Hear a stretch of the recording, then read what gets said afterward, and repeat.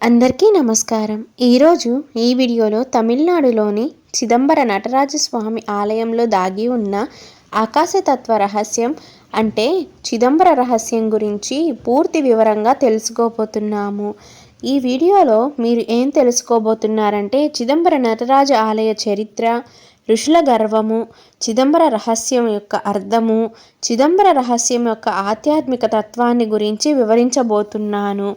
అయితే కొత్తగా మన ఛానల్ని ఎవరైనా చూస్తున్నట్లయితే సబ్స్క్రైబ్ చేసుకొని పక్కనే వచ్చే బెల్ సింబల్ని క్లిక్ చేయడం ద్వారా నేను పెట్టే ప్రతి ఒక్క ఆధ్యాత్మిక కథ అనేది మీకు నోటిఫికేషన్ రూపంలో అందడం జరుగుతుంది. ఇక ఆలస్యం చేయకుండా వీడియోలోకి వెళ్ళిపోదాం. తమిళనాడులోని చిదంబరం పట్టణం భారతదేశంలోని అత్యంత పవిత్రమైన 5 పంచభూత లింగ స్థానాలలో ఒకటి. ఇక్కడ భూమి, నీరు, అగ్ని, గాలి, ఆకాశం అనే పంచభూతాలలో ఆకాశం తత్వాన్ని ప్రతిబింబించే దేవస్థానం. ఈ ఆలయంలో శివుడు నటరాజ రూపంలో తాండవం చేస్తూ కనిపిస్తారు. కానీ ఈ ఆలయంలో చిదంబర రహస్యం అనే ప్రత్యేకమైన సత్యం దాగి ఉంది. ఈ రహస్యం తెలుసుకోవడం అంటే ఆధ్యాత్మిక జ్ఞానంలో ఒక అద్భుతమైన దశను అధిగమించడం వంటిది. చిదంబరంలో ఒక వనంలోని ఋషులు పూర్వం తిల్లై వనంలో ఇప్పుడు చిదంబరం అని పిలుస్తున్నారు. ఎందరో మహర్షులు వసించి తపస్సు చేసేవారు. ఆ ఋషులు యాగాలు, హోమాలు, మంత్రాలు ద్వారా ప్రపంచాన్ని నియంత్రించగలమని అహంకారంతో మునిగిపోయారు. వారు అనుకునేవారు మంత్రశక్తితోనే దేవతలు, ప్రకృతి శక్తులు నడుస్తున్నాయి అని, మనమే విశ్వాధిపతులు అని ఎల్లప్పుడూ వాళ్ళు అనుకుంటూనే ఉండేవారు. దీనిని చూసిన పరమశివుడు వారి గర్వాన్ని తొలగించడానికి ఒక అద్భుతమైన లీల ఆడాలని నిర్ణయించుకున్నారు. శివుడు ఒక అందమైన యోగి రూపంలో తిల్లై వనానికి వచ్చాడు. ఆయనతో పాటు మోహిని రూపంలో విష్ణువు కూడా వచ్చారు. మోహిని సౌందర్యాన్ని చూసిన ఋషులు తల తిరిగిపోయారు. ఇదంతా చూసి వారి భార్యలు కూడా ఆ యోగి రూపాన్ని చూసి మోహించిపోయారు. ఋషులు కోపంతో ఆ యోగిపై మంత్రబలంతో ఎన్నో మాయా సర్పాలను, పిశాచాలను పంపారు. కానీ శివుడు నవ్వుతూ వాటిని నాశనం చేశాడు. తర్వాత ఆయన తాండవ నృత్యం ప్రారంభించాడు. ఇది సృష్టి, స్థితి, లయ, తియత, అనుగ్రహ అనే 5 శక్తులకు ప్రతీక వంటిది. ఆ తాండవం కేవలం నృత్యం కాదు, అది సృష్టి యొక్క శక్తి ప్రవాహం. శివుడు తన ఎడమ కాలిని ఎత్తి కుడి కాలిని అపస్మార అజ్ఞానం మీద ఉంచి నాట్యం చేస్తాడు. దీనిని చూసిన ఋషులు తమ అహంకారాన్ని వదిలి శివుడిని శరణు కోరారు. అప్పుడే శివుడు తన నిజస్వరూపముని వెల్లడించాడు. నేనే ఆ పరబ్రహ్మ, నేను రూపరహితుడు, రూపమున్నవాడిని, ఈ విశ్వమే నా తాండవ రంగము, ఇక్కడే ఆ తాండవ రంగము అంటే చిదంబరం రూపుదిద్దుకుంటుంది అని చెబుతారు. చిదంబరం అనే దానికి అర్థం చిత్ ప్లస్ అంబరం అనే పదాల సమ్మేళనం. చిత్ అంటే చైతన్యం, అంబరం అంటే ఆకాశం. అంటే చిదంబరం అంటే చైతన్యంతో కలిగిన ఆకాశం అని, మనలో ఉన్న ఆధ్యాత్మిక ఆకాశం, మన హృదయం, మన ఆత్మే నిజమైన చిదంబరం అని ఆ తత్వం చెబుతుంది. అయితే చిదంబర రహస్యం తెర వెనుక ఉన్న రహస్యం గురించి కూడా మీ అందరికీ క్లుప్తంగా తెలియజేస్తాను. చిదంబర నటరాజ ఆలయంలోని గర్భగృహంలో ఒక తెర ఉంటుంది. ఆ తెర వెనుక ఎలాంటి విగ్రహం ఉండదు, కేవలం ఖాళీ స్థలం, కొద్దిగా సువర్ణ కాంతులు మాత్రమే కనిపిస్తాయి. ఆ సువర్ణ తంతువులు ప్రాణశక్తిని సూచిస్తాయి. ఆ ఖాళీ స్థలం పరబ్రహ్మ స్వరూపం అంటే రూపం లేని శివుడు. ఇదే చిదంబర రహస్యం. దీన్ని అర్థం చేసుకున్నవాడే తెలుసుకుంటాడు. దేవుడు బయట ఉన్న విగ్రహం కాదు, మనలోని ఆకాశమంత చైతన్యమే దేవుడు అని. రహస్యాన్ని చూపించే పూజారులు. చిదంబర ఆలయంలో దీక్షితులు అనే ప్రత్యేక వర్గం పూజారులుంటారు. వారే ఆ చిదంబర రహస్యం తెర వెనుక ఉన్న ఖాళీ ఆకాశాన్ని చూపే హక్కు కలవారు. ప్రతి సంవత్సరం మార్గశిర పౌర్ణమి రోజు ఆరుద్ర నక్షత్రం నాటికి ఈ రహస్యాన్ని ప్రజలకు చూపించబోతారు. అప్పుడు ఆలయం అంతా నటరాజ దర్శనం, చిదంబర రహస్యం అని మారుమోగుతూ ఉంటుంది. వేలాది భక్తులు ఆ రహస్యం చూడడానికి చేరుతారు.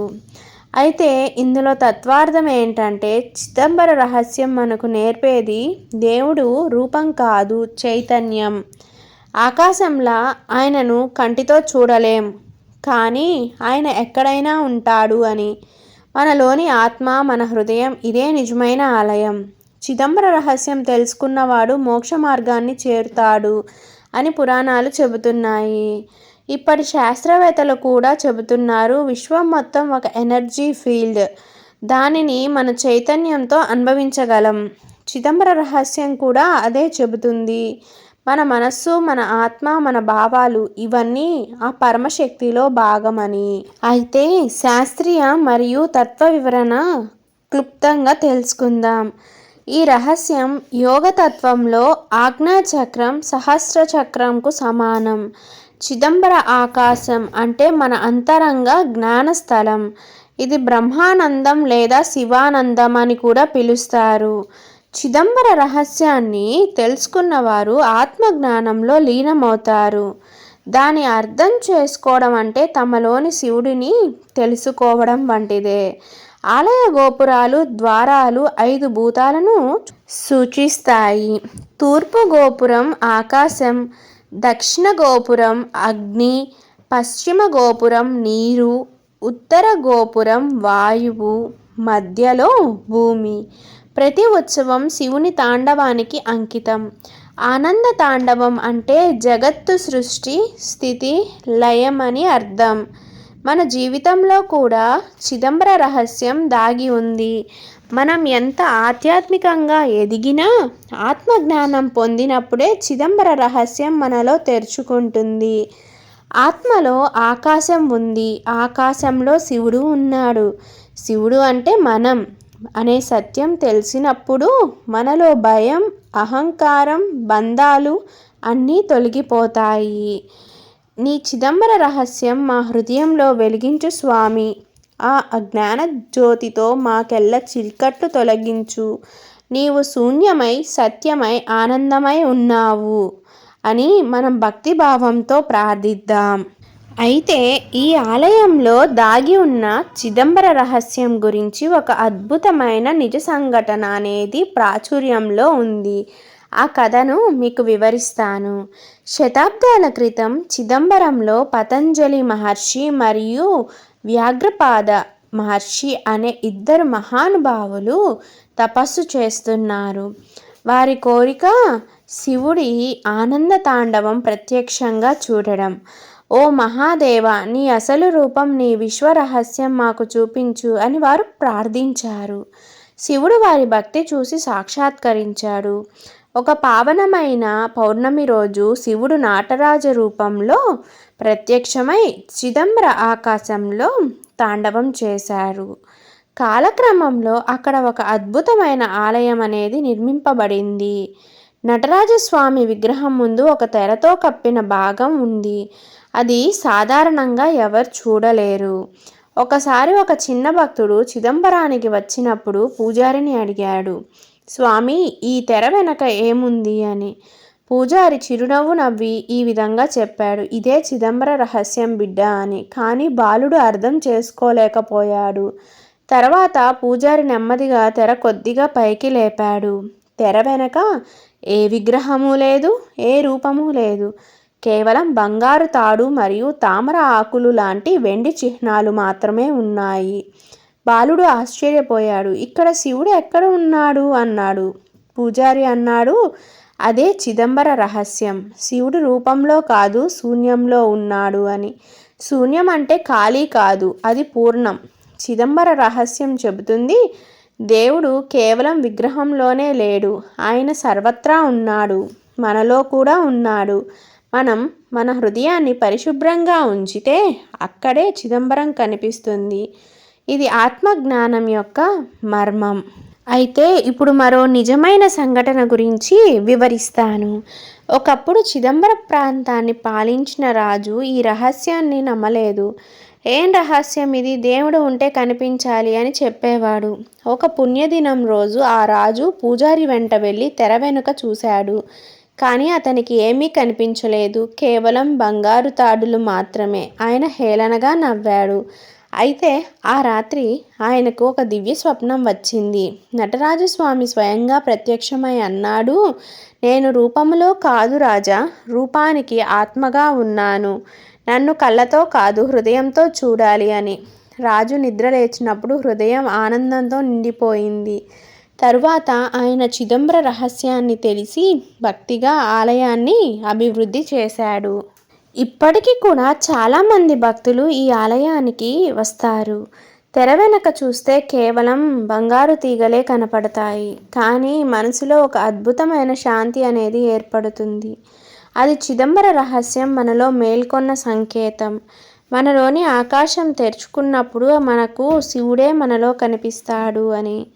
చిదంబర రహస్యం తెలుసుకున్నవాడు భయపడడు. అహంకారం ఉండదు, దుఃఖం ఉండదు. ఎందుకంటే ఆయనకు తెలుసు. వీడియో ముగించే ముందు ఒక చిన్న మాట. చిదంబర రహస్యం అనేది బయట ఉండే ఏదో మాయ కాదు. ఇది మన ఆత్మలో దాగి ఉన్న ఆ చైతన్య రహస్యం. మన మనసు శుద్ధిగా అహంకారం లేని స్థితిలో ఉన్నప్పుడు ఆ పరమ చైతన్యం మనకు దర్శనమిస్తుంది. ఆకాశంలా విస్తరించి ఉన్న పరమాత్మ మన హృదయంలోనే ఉన్నాడు. ఇదే చిదంబర రహస్యం యొక్క అసలు సత్యం. విన్నారు కదా? ఈ వీడియో చూసిన తర్వాత మీకు కనుక నచ్చినట్లయితే ఒక లైక్ చేయండి. మరియు మీ బంధుమిత్రులకు, స్నేహితులకు షేర్ చేయడం మర్చిపోవద్దు. మరియు సబ్స్క్రైబ్ చేసుకొని పక్కనే వచ్చే బెల్ సింబల్ని క్లిక్ చేయడం ద్వారా నేను పెట్టే ప్రతి ఒక్క ఆధ్యాత్మిక కథ అనేది మీకు అందడం జరుగుతుంది. తప్పకుండా మన ఛానల్ని విజిట్ అయ్యి ఎన్నో ఆధ్యాత్మిక కథలని పోస్ట్ చేయడం జరిగింది. వాటిని చూసి మీ అభిప్రాయాలు కామెంట్లో రాయడం మాత్రం మర్చిపోవద్దు. మీరు చిదంబరం వెళ్ళారా లేదా అనేది కామెంట్ సెక్షన్లో కామెంట్ చేయడం అస్సలు మర్చిపోవద్దు. అంతేనండి ఈ వీడియో. తదుపరి మరొక మంచి ఆధ్యాత్మిక కథతో మీ అందరి ముందుకు మరొక మంచి వీడియోని తీసుకొని వస్తాను. ప్రతిరోజు మన వీడియో అనేది నైట్ టైం 8:30 లోపు పోస్ట్ చేయడం జరుగుతుంది. కాబట్టి అందరూ సపోర్ట్ చేయండి. ధన్యవాదాలు.